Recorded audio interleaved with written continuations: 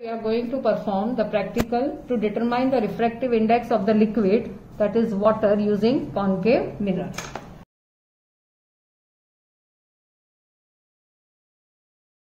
First, we require the concave mirror with the stand arrangement, fine, and I will use this book as a screen to get the rough focal length of concave mirror, fine.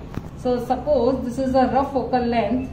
You can see here, you can get this image properly, and with the help of this meter scale, fine, we will arrange this. This rough focal length is nothing but from the pole.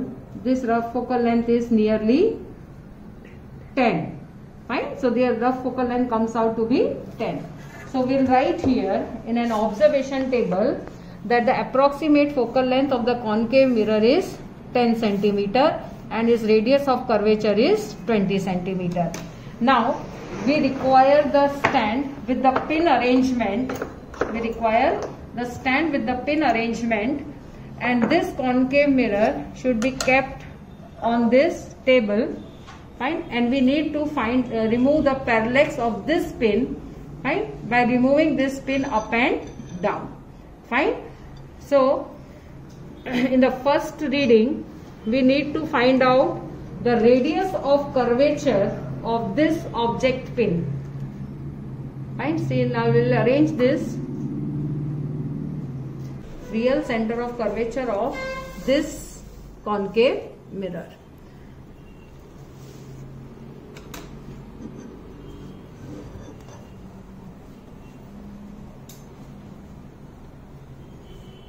See, we are arranging now the center of curvature of this concave mirror. Center of curvature of this concave mirror. See, the parallax has been removed between the object pin and the image pin. So this is considered to be the real center of curvature of an object pin, and we need to find out the distance from the pole to this pin, and this pole to pin distance comes out to be 21.5. This is 21.5. You can see with the help of this meter scale, this is 21.5. Fine. This is called the real center of curvature. This is called real center of curvature of concave mirror. Fine. We denote it by R. Fine. This is denoted as R. Clear?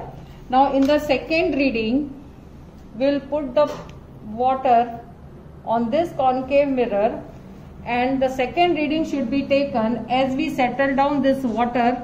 This water should be in equilibrium, and again we need to find out the point where the parallax between the object pin and image pin should be again removed. Fine.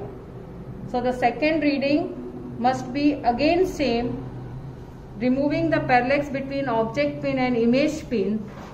That means we are finding the apparent center of curvature of concave mirror. Fine. This is called apparent center of curvature of concave mirror. You can see that object pin and image pin, fine, they are moving together. That means the parallax has been removed. This is called the apparent center of curvature. This is called apparent center of curvature, fine, of concave mirror, denoted by R dash.